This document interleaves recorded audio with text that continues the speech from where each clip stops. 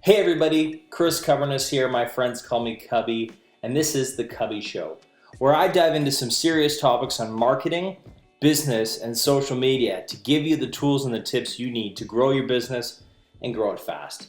This week, we're talking about growing a Twitter following at no matter what level. So if you're at 0 subscribers, or if you're at 100 subscribers, 1,000, 100,000, there's always room to grow. And I'm here to teach you how to do that. So let's get into some of those tactics that I use to grow my Twitter following.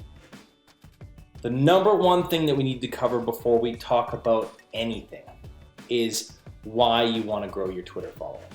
Do you want to grow it to gain exposure, to drive business, to be a part of the community out there, to get your thoughts out there?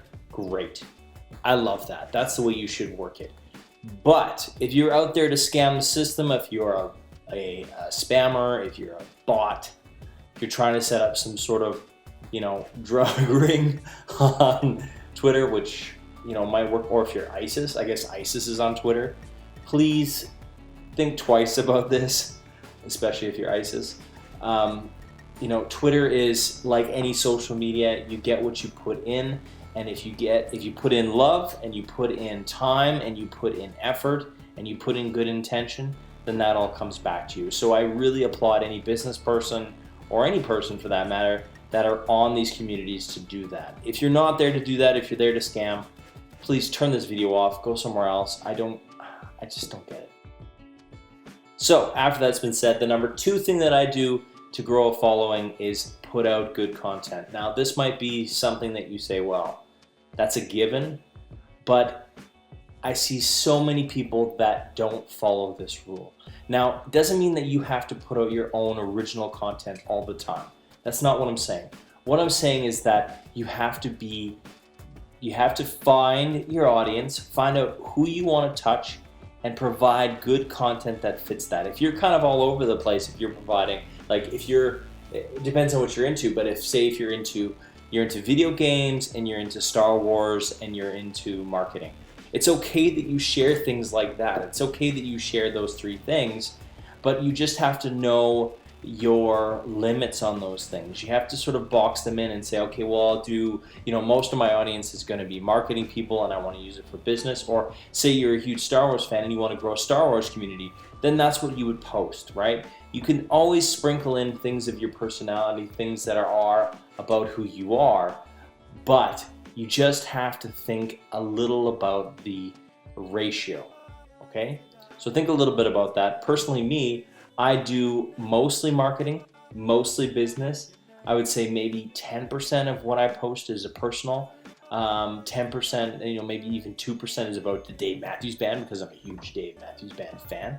So, I consciously have thought about what my ratios are, and I play to those, and you should too.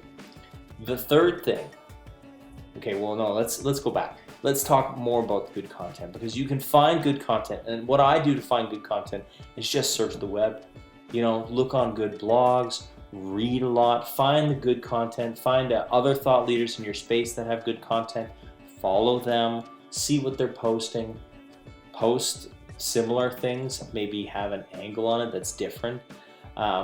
But it really is about finding, and until you start producing your own content, other people's content is fine. Don't get me wrong, that's what Twitter's about, that's what sharing's about. If everyone stopped posting, other people's content, there would be no point in sharing things. That would just take social down completely. So you have to, I probably share 80% of other people's content and only 20% of my content. So think about that. Until you get your own content up and running, share other people's. Next, your own content. Okay, this can be difficult to get started. A lot of you out there probably have trouble finding your own voice, finding out, what to do on Twitter, what to do, on your blog, what to do on Instagram. What is your voice? What do you want to say? What is your angle? This is extremely difficult. Some of the biggest brands in the world haven't figured out what is their content strategy, what is their angle, what is their voice. So think about that. If you're a person, if you're a personality, We're talking about brands with millions of dollars that haven't figured this out yet. So, setting that bar is pretty high. And I want you to remember that. You're not gonna hit home runs out of the park when you first step up the bat. You're gonna hit some singles, you're gonna hit some foul balls. But the point is that you just have to get started. Thinking about writing a blog, thinking about producing videos, think about producing Snapchats, think about producing Instagrams, and just get started doing it, and you'll find your voice. And don't be afraid to copy a little bit, okay? Some of the greatest artists in the world, that's where they started. When they were learning to paint, they were painting other people's paintings, okay? Not a lot of great artists just sort of, if you look at a band, for example, where do you start when you start being a musician? You start by playing cover songs. You start by, listening to the greats and replicating them. The same holds true for content. If you haven't made content yet, look at other people's and steal, copy, make a little bit of a different slant on it, and listen, have big ears. I mean, some of the best musicians in the world have said, they have big ears because they listen to everything. They listen to classical music, they listen to reggae, they listen to rap, they listen to rock, and they took pieces of it to make their own sound. The Police, classic example, punk, reggae, pop, jazz. And I think that's how you create good content.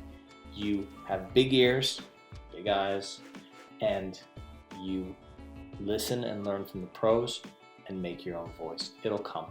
Trust me, a year of doing your own thing where you're stealing, you'll find your voice. The third tip that I have for you for growing your following, no matter what, is people like engagement. Okay? Now this comes in a couple of different forms. This comes in retweeting, favoriting, and following other people's content, and also commenting on them, replying. And there's a few things that you can do to build a following fast. If you already have a large following, then you have the ability to follow more people without Twitter raising a red flag, because there's some certain limits that Twitter puts on you if you're at a certain amount of followers, that you can't follow anymore until you bring your following number up. Now, if you've got a large following, then you don't have this problem. You can follow a lot of people. And if you already have a large following, you probably don't need to follow that much anymore to grow your following. If you're starting really from scratch, I recommend you follow a lot of people. Follow the maximum. Follow 2,000 people in your industry that have potential to follow you back. You're not going to follow, if you follow a big giant social media guru, or if you're in the space of industrial design, you don't go following John Ive or something like that. Like if you have to follow people that are probably like at your weight class or a little bit higher, and then they'll follow back if you're posting interesting content. And that's how you really get things going. And I recommend you use a couple different apps. One app that I love is Crowdfire. So crowdfireapp.com, I believe it is. Check them out. You can basically search for other people that are in your industry and then follow their followers very easily, just on the iPhone or the Android. I believe it's on Android as well. So check that app out. So follow those people that are following, people that you're interested in as well in your industry. And then the other thing is, reply to them, engage with them, retweet, favorite, video reply. The great thing about, Twitter replies now is when you do it, you have to stand out a little bit. I mean, if you just, constantly just favorite, that's probably okay. But if you really want to stand out, if you really want to make a difference in people's lives and grab them, then you need to reply in a great and memorable way. So think about how you can do that. You can use GIFs. I use GIFs all the time to reply to people. I use gifly.com to find some awesome GIFs, and then I reply with a GIF. I reply with emoticons. Emoticons are brilliant ways to really put a lot of language in such a small amount of time.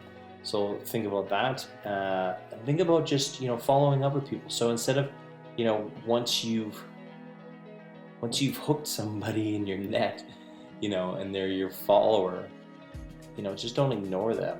go back to them, go see what they're up to. They probably have some great content that you want to engage with. And, it's going to take a number of interactions. I believe, the number's probably around 9 interactions with that person before they're going to keep following you for a long time. And constantly go back, and that's not about scamming them. It's not about building, a following just to build a following. But I think what you'll find is that, this amazing thing that you're building, this community, these followers, these friends on social media, they really can add a lot of value to your life.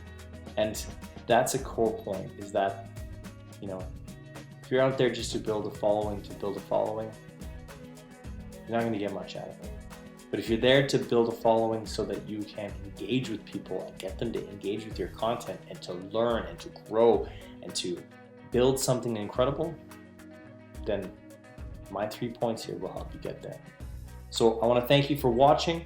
Please subscribe so I can send you some good stuff all the time, and I know who you are, and then we can interact. It's about community, fuck's sakes. So please subscribe, like, share if you found this valuable, and I hope you're having a great day. Adios, amigos.